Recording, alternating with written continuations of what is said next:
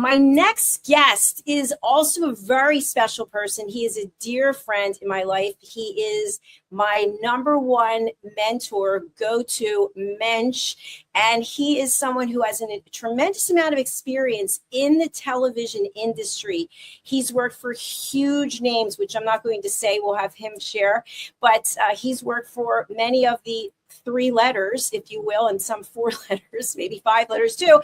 But he also brings his own sense of dynamic and sophistication, professionalism as an entrepreneur. He has his own organization that is focused on teams. He's going to tell us more about it. But what I want to really share that Al Cini is probably the best friend you could ever have.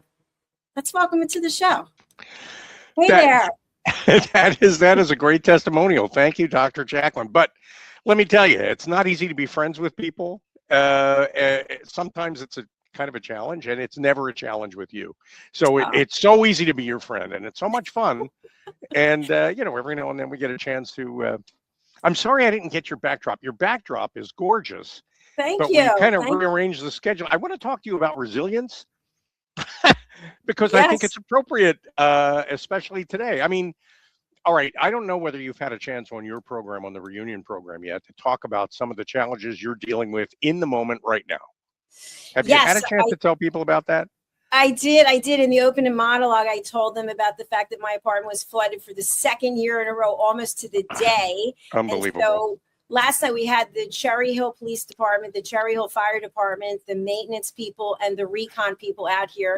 And the last people left just before 1 in the morning. So we've got about 25 industrial-sized fans in here right now. So the studio's trashed. And so I moved the green screen into the kitchen, and I have no heat because the one heater was burnt out and the other one turns off all of the heaters. It just, it flips the switch, so to speak. So I'm here in the kitchen in my coat doing this show.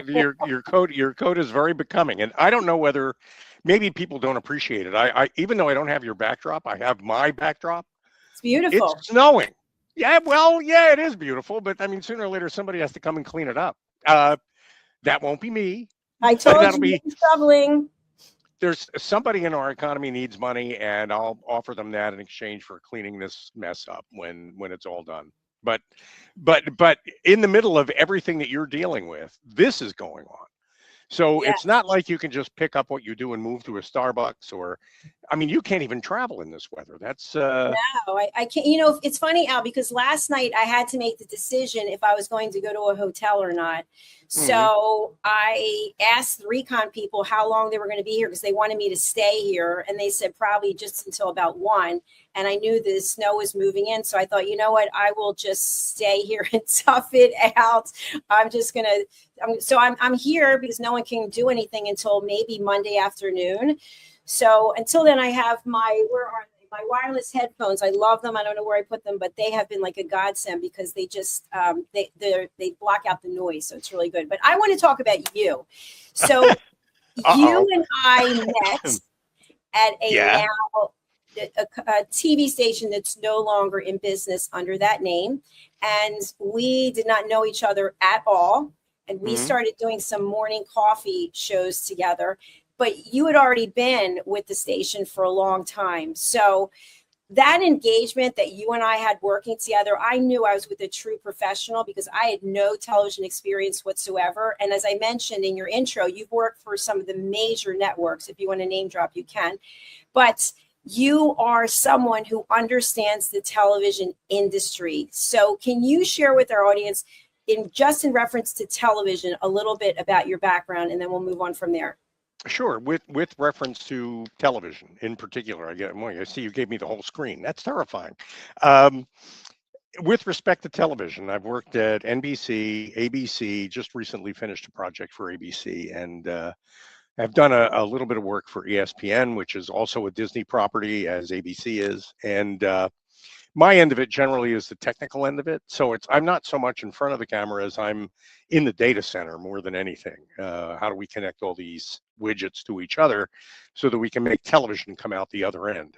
But But I can say from my experience, having worked on productions, the technical end of the productions, you do get a fair amount of exposure to the in front of the camera end of it too. And one of the things I have to give you a lot of credit for, and I keep throwing it back to you, is that nothing ever works the way you expect it to. Everything always goes off the rails.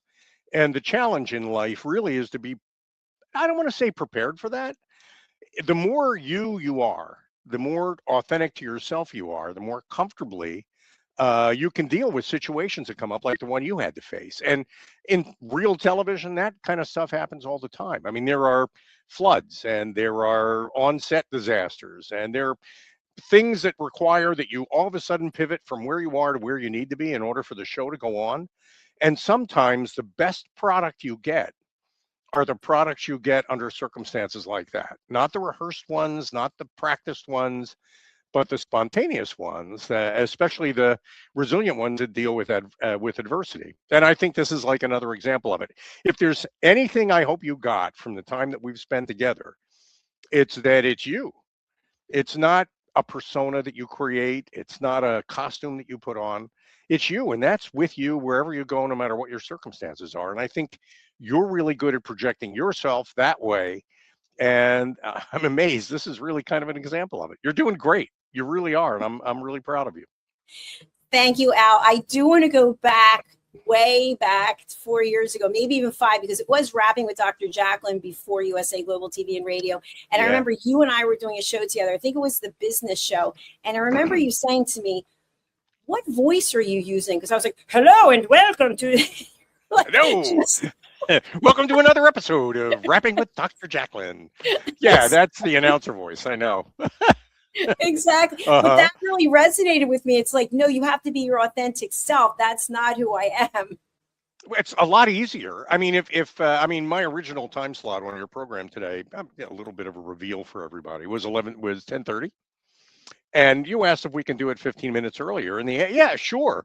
I mean, if I'm going to go with whatever I prepared for 10:30 and move it to 10:15 and pretend that we didn't move it, then I'm just going to look awkward and clumsy and unnatural. I mean, you tell me when the camera's on. Let's start our conversation. Let's talk about whatever comes up. Let's let the chips fall where they may. Let's be honest with each other. And I think that's what ultimately people want out of an experience when they tune into, especially a production like this. I think they just want to see real people just answering questions, and you can do that anytime. So, if you want me to keep talking about me, yeah, I do. I want you to talk about your work as an entrepreneur, and then we'll go into something that we're actually doing together for the good of humanity. Well, I was having a conversation yesterday with somebody who was trying to figure me out, and because I grapple with that myself sometimes. I mean, I'm not a linear thinker. I mean, I'm a project manager. So let's wheel it back to the work that I've done for television networks, for example. But I've had other kinds of clients too. I am a project manager. My job is to work with the resources that are available to me to make sure that a good product is a result of all the effort we put into it, that we get a good result from it. Often the actual result we get varies from what we originally imagined it was going to be, because people add value in unpredictable ways sometimes, and you've got to be open to that. A successful project isn't necessarily one that goes according to plan. A successful project is a project that makes it possible for the plan to evolve and often improve. Not under leadership. It's not something. I'm definitely kind of a lead from behind kind of a guy. I mean, we talk about servant leadership from time to time, and I think it's more about the people that work on the project, but they need to be inspired and they need to be guided and they need to be encouraged. And if you do that, if you've got 30 people on a team, instead of 5 people doing all the work and the other 25 people kind of watching them, you can get those other 25 people engaged at whatever level they feel they can make a contribution. And often what they contribute is more valuable, or at least as valuable, let's say, as what the 5 superstars produce every day. I mean, in every project, there are a small group of people that just know the stuff and they're really good at everything. But it's the other people that really make the difference. And you need to go find them and talk to them. And in order to do that, you need to overcome blind spots. A big blind spot is having favorites. I like working with these 3 guys. So I'll tend to spend more time with them than I do with the other 27. And when you do that, you diminish the effect of the team you're trying to lead. It's also not fair. It's unjust, for one thing. But aside from that, aside from the moral and ethical issues, you don't get as good a product as you get when everybody's engaged in it. And at the end of the day, when you have a party, you want everybody to be celebrating everybody's participation, not just the fruits of a few people's labors. And everything about what I'm doing now as an entrepreneur for Profit for Teams, and this is getting back to that conversation I had yesterday where people were trying to figure me out. Profit for Teams is an organizational development program. It is a team development program. We used to refer to it as team building. Oh, thank you for putting that up. Pro-fit4teams.com. It's easy to go and learn more about it. My partner in this effort, by the way, is Lisa Manioki, and she has done a brilliant job on the website and dealing with me, which she would need to join the program in order to explain. But she's just done a brilliant job doing what we need done in order to get the word out, to get the message out. Profit for Teams is about trying to create a reliable, repeatable process for exactly what I described. How do we get everybody on a team? And we define team as any group of people that have a common mission or goal in mind. How do we get everybody on a team to work together in a more collaborative way so that everybody's contributions are the best that he or she can offer in the moment, whatever that might be? So, to me anyway, a highly effective, highly functioning, very successful team is a team where everybody gets to celebrate their accomplishments, even though nobody was exactly able to predict what they might be even a week ago. I mean, every now and then there's a little miracle that comes from somebody you don't hear from. You want those miracles because those miracles are what make the project worth working on, and it's what makes the result better. So, Profit for Teams is about trying to package that process, and that's really pretty much what that's about. So I don't know. Does that answer? Oh, the conversation I had yesterday. This is pretty funny. So are you going to make money with this? I mean, yeah, sure. I mean, so are you going to make money with this? Have you ever heard that question, by the way, Dr. Jacqueline? All the time. What's the return on investment?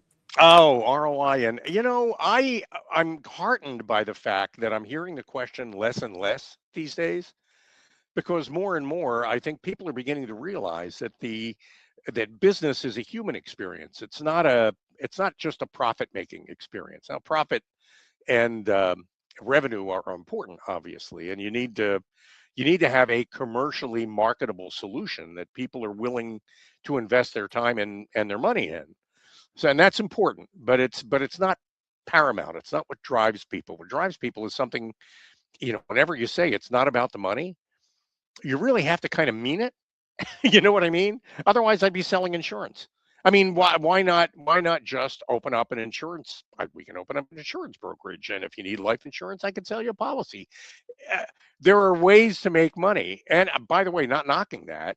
I know wonderful people in the insurance business, and a lot of them need, by the way, Profit for Teams.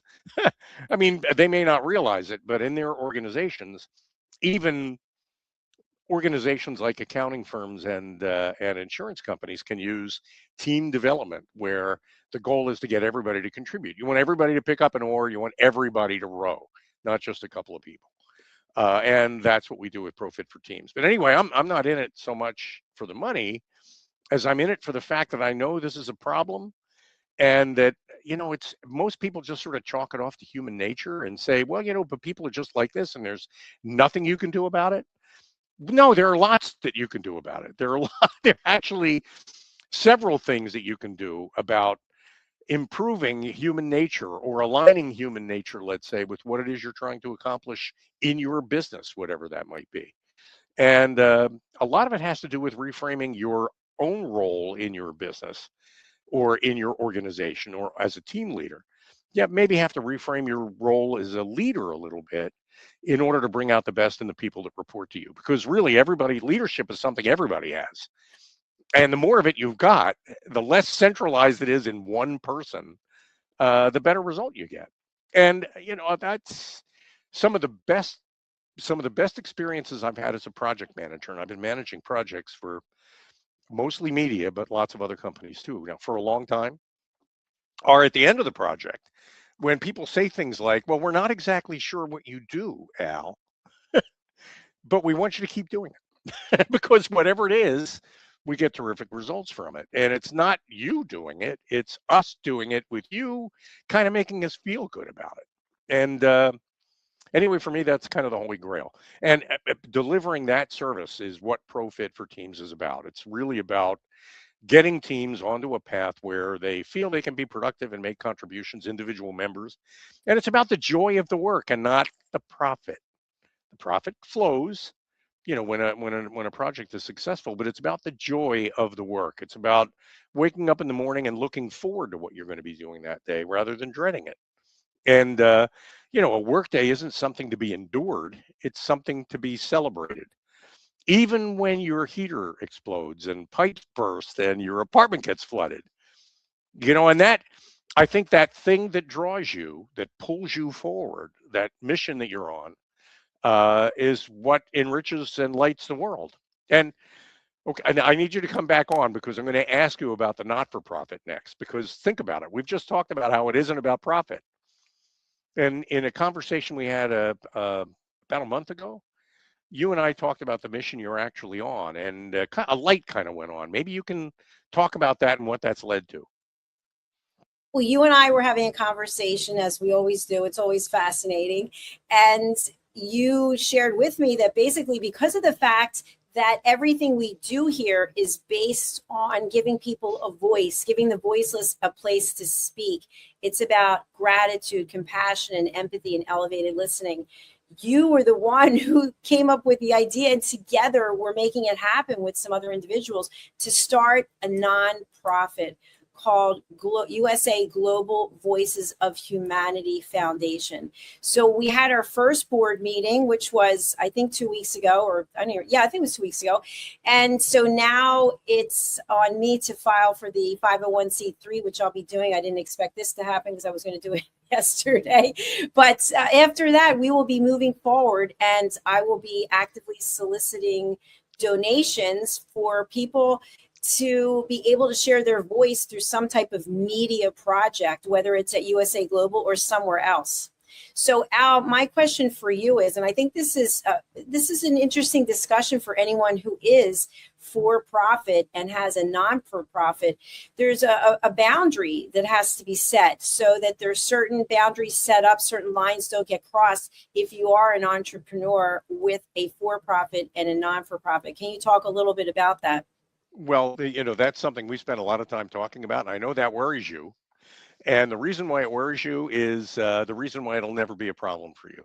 You are fundamentally an ethical person, and that is, I mean, for a lot of people, you put money in a pile and you give them access to it, and then all of a sudden that money ends up applied to things like mortgages and car payments, and I mean, it's I hate to say it, it's in the news.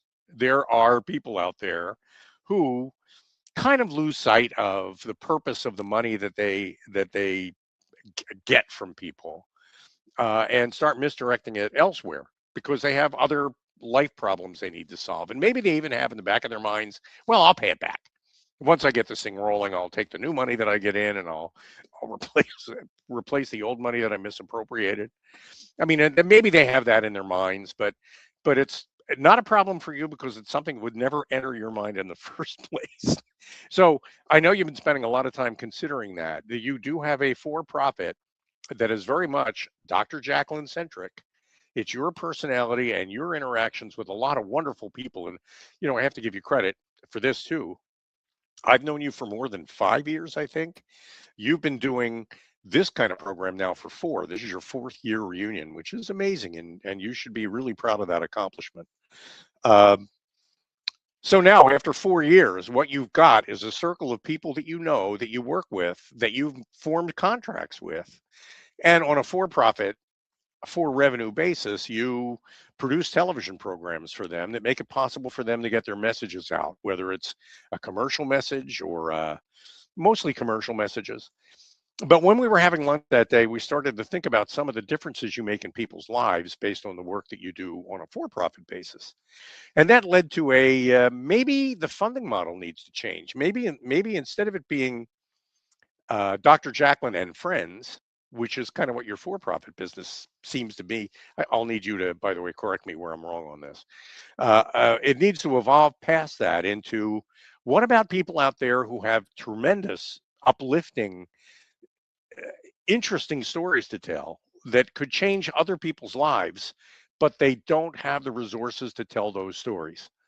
They don't have the ability to launch a podcast. They don't have the technical resources to get themselves out there and get their message out there.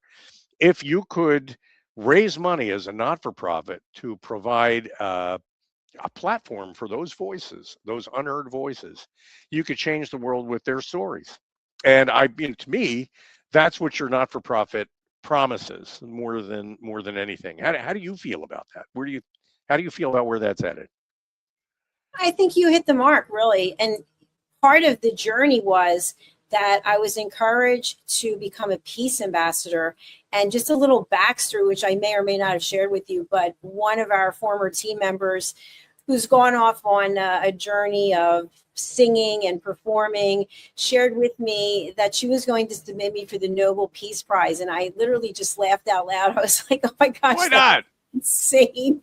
But no judgment. But so I read through the qualifications, and you had to be a peace ambassador first. So I didn't know anything about being a peace ambassador. So I applied, and basically, if you want to be a peace ambassador, you can be a peace ambassador. And it's not about having a title. It's not like, you put it on a name tag or something, but it's about encouraging people to find peaceful resolutions within themselves, and then to give other people peace. And so I got involved with training. I've taken 3 sets of training. I've gone to in-person conventions. And so I really feel that it's a big part of who I am now. And of course, it goes along with elevated listening. So when you think about being a peace ambassador and you take the training, you are exposed to people in other parts of the world who are literally fighting for their life every day. They're living in fear of being killed, of violence that is every single day. And so thinking about those people and how they'd love to share their story, and they can't because they're literally terrified and they have no funding. So that was kind of the impetus based after our conversation for me to move forward and go ahead to file and register for the nonprofit. Well, you trigger a whole bunch of thoughts with that statement. I mean, we live, I hate to say privileged, because that's an emotionally charged word these days, but we're very fortunate that the day-to-day problems we generally have to deal with are things like burst pipes. We've got to deal with every now and then a pipe doesn't do what it's supposed to do, or every now and then a car doesn't start, or every now and then a car starts but only gets you like halfway to where you want to be and then stops. These things are the kinds of things that we deal with. We're generally not dodging sniper fire on our way to Costco. We're generally not worried about a knock at the door being somebody that could come into that house and do something really nasty. We generally don't. I mean, there's some people in our country, I think, do worry about that and have to worry about that. And the whole point of peace is really to try to find it and try to promote it wherever you can, so that we have less confrontation and less made points, where we're all just trying to make the point that we're so tough or we're so hard or we're so, I mean, you don't get where you need to be by stop. Winston Churchill quote that I remember that I try to use whenever I can is that I never make any progress at all if I had to stop and throw stones at every dog that barked. But your reaction to everything that comes up can become what defines you. And when that defines you, then you start making poor choices and bad decisions. And those bad decisions aren't just bad for other people, they're bad for you. You land on a course. I mean, it is amazing to me that some people who are in some of the most difficult circumstances you can imagine in the world are able to find a peaceful path through all that chaos, largely by reframing the way they interpret it and the way they deal with it. And, the working with you on the not-for-profit, I think, is going to be an opportunity to meet those people, to hear their stories. I'm very excited about that, and to move forward with your value proposition in a whole new way, in a kind of a bigger way, if we can say, for smaller voices, quieter, more peaceful voices. The problem with peace is it's quiet, and I think it needs to be a little louder. I think you can really help with that. Thank you, Al. I think that sometimes people think peace is overrated, and there are definitely a subset of people who like the drama. They like to stir the pot. They like to instigate, and so we're not necessarily speaking to those people. They're off on their own journey. They can do as they will. But for people who really do believe that we each can raise our hand and say, you know what, I want to be part of peace. I want to find inner peace, and I want to be part of world peace and give people a voice. So I think USA Global Voices of Humanity Foundation is off and running, and I thank you for taking this journey with me. I'd like to talk a little bit about the television industry, the media industry, because it obviously has changed. We were around when there were rabbit ears on television. So Well, we, talk about the technology of it. Yeah. yeah, I love Uh-huh. technology. And so I personally don't have any cable service. Everything I have is just streaming service. Where do you think the television industry is going to go? Any ideas? Yeah, I some pretty clear ideas, and I think they're backed up by some of the things that I see the industry is doing, and some of the work that they've asked me to do to help them get there. We don't consume media the way, well, I want to say our parents did. I mean, the truth is, when we were kids, I mean, it's embarrassing to say things like, I remember when there were three television channels, in the Philadelphia area, Channel 3, Channel 6, and Channel 10, and that was it. And you consumed media by organizing your day around a schedule that was published in a magazine called TV Guide. So you would look at the TV Guide and you would see what was on tonight at 9 o'clock, or you'd learn from the networks and on a particular channel, a particular program is on every Thursday at 9 o'clock or 9:30, and you organize your day around.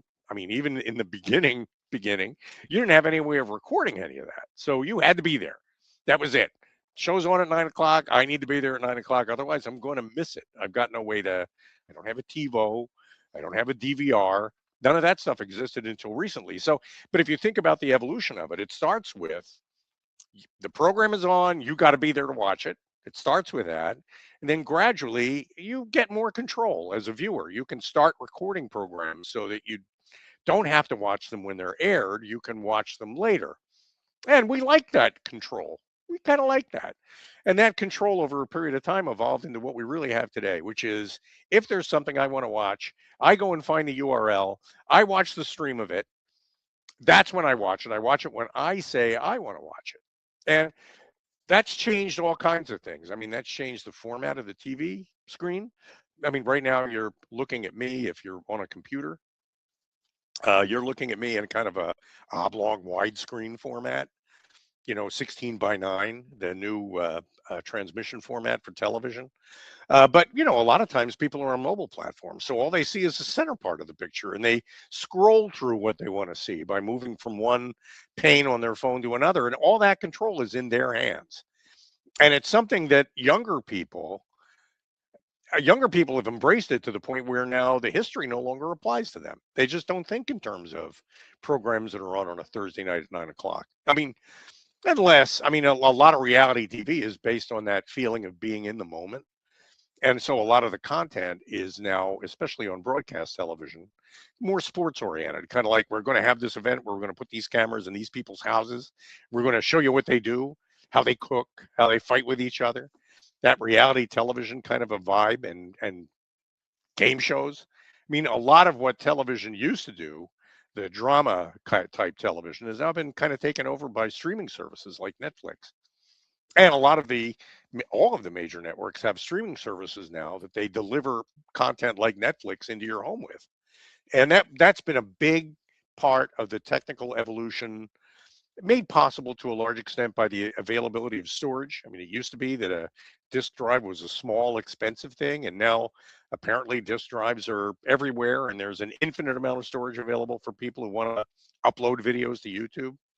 Uh, and that makes everybody a broadcaster. And that's the interesting part of it. The interesting part of it is the choice that I make could be to watch a major production from the National Broadcasting Company that involve paid actors and sets and camera crews.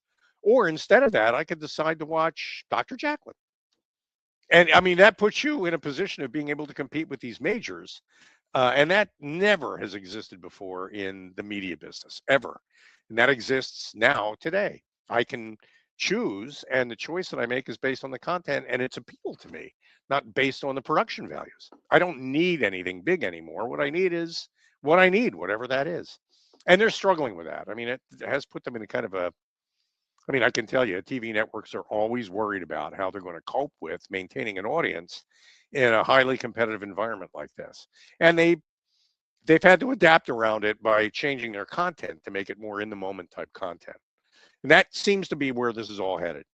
And I as to where to predict it'll land, and now we've got this whole artificial intelligence thing. On top of that, we now have, I don't know if you use AI much. I've been using it a lot lately because we're taking Profit for Teams and we're adapting it for applications to AI that I can tell you about if we have time.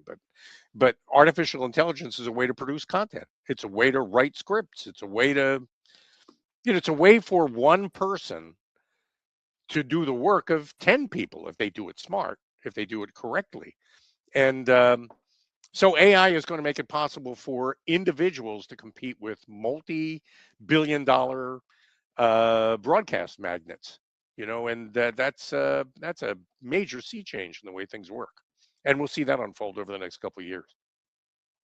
Absolutely. Thank you, Al, for all those great points. I do have some comments to that. The first is we're currently on StreamYard and we're streaming to 9 places live right now.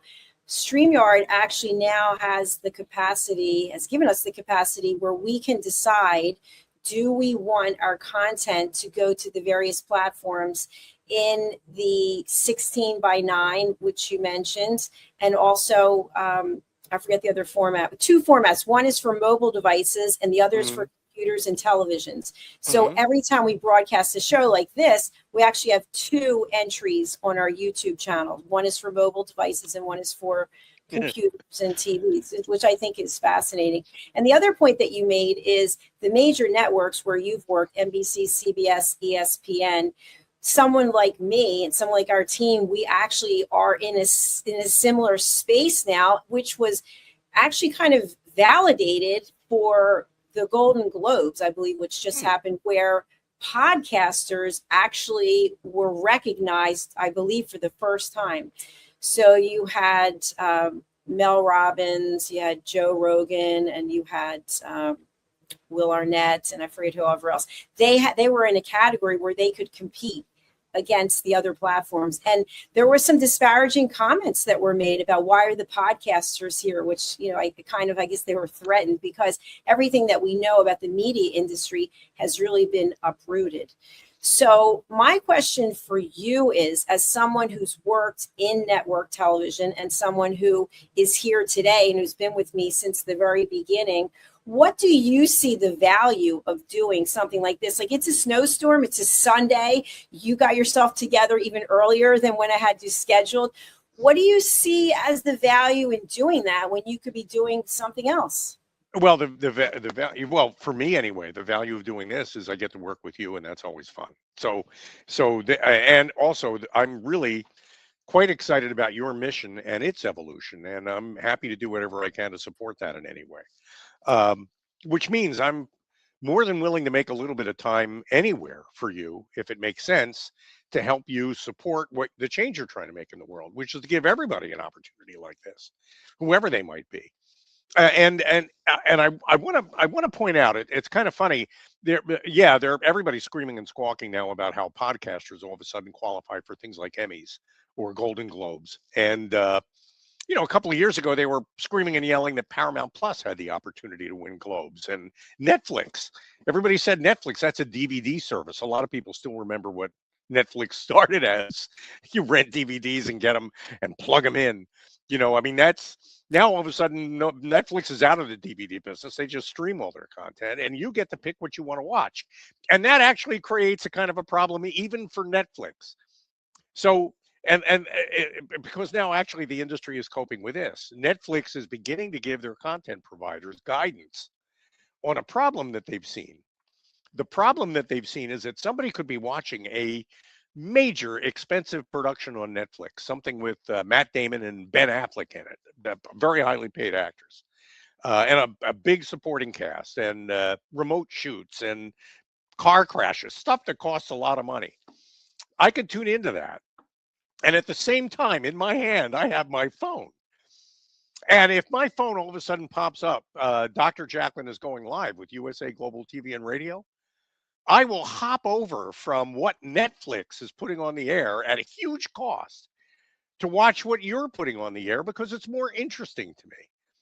So the whole problem of how do you keep an audience and how do you keep them attentive to what it is you're trying to present to them is now all of a sudden a major problem for very, very big players. Because think about it. What if Dr. Jacqueline had an interview with somebody that was so compelling that a very large, and someday this will be true, by the way, someday a very large number of people are going to want to cut away from what they're getting on Netflix or on one of the major networks to watch what you have to offer. And you're spending a lot less to deliver that content from a technical point of view. I mean, you're putting just as much effort into it, maybe even more. But I mean, that just means that individual choice, what do I want to watch right now, is very variable and very unpredictable. And I mean, nobody really knows where that's going to head. So, I mean, welcome to in the growing world of chaos in the media business, you are very well positioned to win the game, surprisingly enough, even though there are a lot of other players out there with a whole lot more money. I love this, Al. This is music to my ears. Thank you. You know, it's interesting. One of our colleagues, Mr. Ian Pelham Turner, who's actually ill today and couldn't make it, he said something similar when you and I were doing a show with him a few years ago. And so I think both of you are really predicting where it is that the television network is going. And by the way, I saw that movie, those two actors that you mentioned. I saw it on Netflix. It was pretty good. And yeah, I The Rip, it is a pretty good movie. Yeah, The Rip is really good. Not paid spokespeople, but I thought to myself, you know, I looked at who was producing it, the executive, like I always look at those things. And so these actors are going out on their own and doing these films, and a lot of them have the funding to do it themselves. But the movie industry has changed so much. Even if you think about artificial intelligence and how artificial intelligence, what's the name of the actor? He basically made it so that you can't use his likeness. I forget his name. It'll come to me. Matthew McConaughey, I think. So AI is having a big influence on it. But I just heard recently in one of my trainings at Wharton about quantum physics. And one of the CEOs was saying that quantum physics is going to have even more of an influence than AI is. So we'll see where that plays out. But yeah, we'll see where that you've actually kind of tapped into a passion study area for me because you know, I mean, the easiest way to lose viewers is say, "No, I'd like to spend 10 minutes talking about quantum physics." I mean, immediately everybody's going to say, "Well, I wonder what's on Netflix." That's going to be it. You're going to lose it. But to give you an idea why this is so important, you know that energy is obviously continues to be an important sector, and I mean, obviously to everybody's economy, and energy basically is a fundamental force of nature that people use all the time without really thinking much about it. Every time you get up and move, you're burning something to generate energy to produce a result. I mean, that happens all the time, and generally that's fossil fuels. I mean, but speaking of quantum physics, and having just gone through a project with a pretty major network about how you distribute power to data center racks. And there are ways to do it that save a whole lot of money. The real future that everybody understands is coming, and it's been promised now for about 70 years, so it's seeming like it's taking a long time, is nuclear fusion, which is quantum physics applied to the problem of generating electricity. And when those kinds of devices come online and begin generating power, an awful lot of the way we work and everything about the way we work is going to change based on that. Nothing is going to be the same after that. And that's now predicted for, well, let's say in a 5 to 10 year window, maybe even less, if with a couple of breakthroughs. And as science gets closer to the fundamental forces of nature, they tap into sources of power and energy that were unimaginably unavailable. I mean, they were completely fantasy land just a few years ago, but now they're approaching reality, and that's pretty amazing stuff. So that's worth tapping into too. Yeah, for sure. You and I will have a conversation about quantum physics at our next lunch. You can fill Well, me in. sure, as long as there's alcohol involved. I mean, it's very No, important. I That's my don't drink anymore, so no. well, for me, that's Yeah, for you, the more the it's merrier, for it's sure. alcohol. Alcohol is one of my favorite molecules. Anyway, Oh, we do have a comment from James. Well done on what you're doing. Thank you for watching, sir. We appreciate you.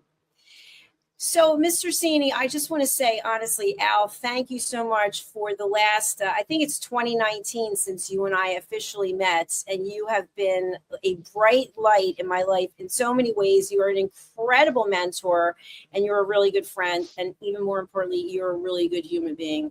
So I appreciate you being here, especially on a Sunday, and coming earlier and staying longer. It really means a lot. So what would you like to leave our audience with today as we close out, and then we welcome Justin? well, just first of all, Justin, I'm going to stick around for that because he's always fun to watch. I think that's exciting, and that's going to be a great segment. Second of all, if anything like this is going on where you live, where the snow is falling, if you're over 45, pay a kid to shovel it. Don't shovel it yourself. Believe me. Trust me when I tell you, you don't want to do that. And that is my plan. I've got to go out and look for somebody that's willing to shovel what might be, I guess, altogether a foot of snow off the ground by the time this is all done. But I want to thank you, and I want to repeat that comment that you got. What you do, Dr. Jacqueline, is amazing. It has a tremendous benefit and effect in a positive way in the world, and I'm just glad to know you're going to keep